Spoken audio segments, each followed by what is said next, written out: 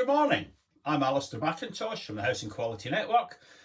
This is called First Things First. We'll be putting out every week, and it's our way of starting the week with a little bit of a bounce and a lot of vigour. So good morning to you all. What do I want to talk about today? Well, first of all, we continue to wait for the elusive white paper, don't we? It's almost like looking for a white stag in a misty Scottish glen. Will we ever see it? But does it actually matter? Look how active the regulators have been in recent weeks. Last week, again, the regulator for social housing clamped down on lease-based providers. They're desperately trying to keep them out of the sector and avoid them seeping in and doing whatever damage the RSH thinks they are capable of doing.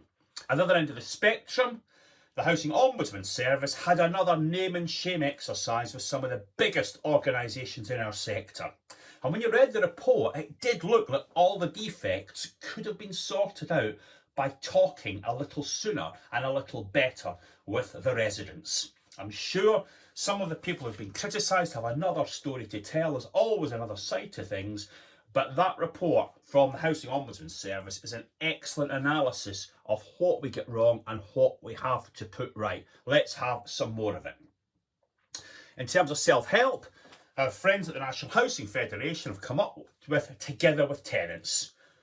Broadly positive welcome from all. The only point I would make is that it is some way distant from what our European friends are doing. It's a bit like Brexit, in fact.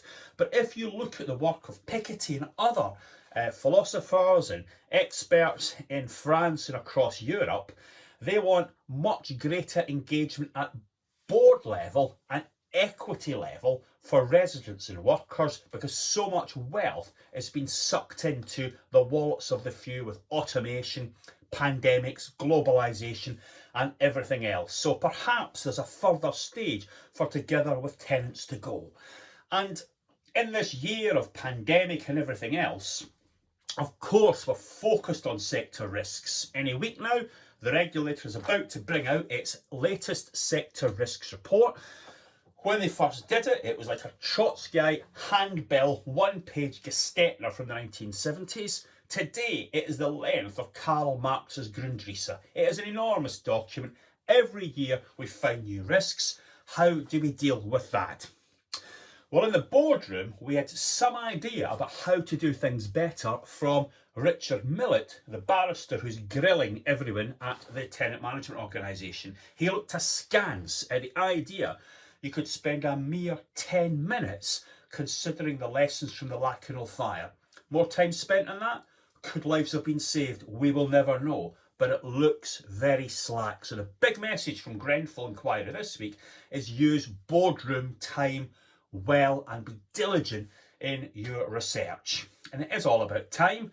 And I was reminded of that this week when I tried to sort my internet out. An hour on the phone to British Telecom and still hanging. It reminded me of a song that was very, very popular back in the early 2000s when we did our first ever inspection of housing at the London Borough of Southwark. So Solid crew had posters up everywhere. 21 seconds, that's all you've got. I've taken longer than that. Apologies, thanks for your attention. See you next week.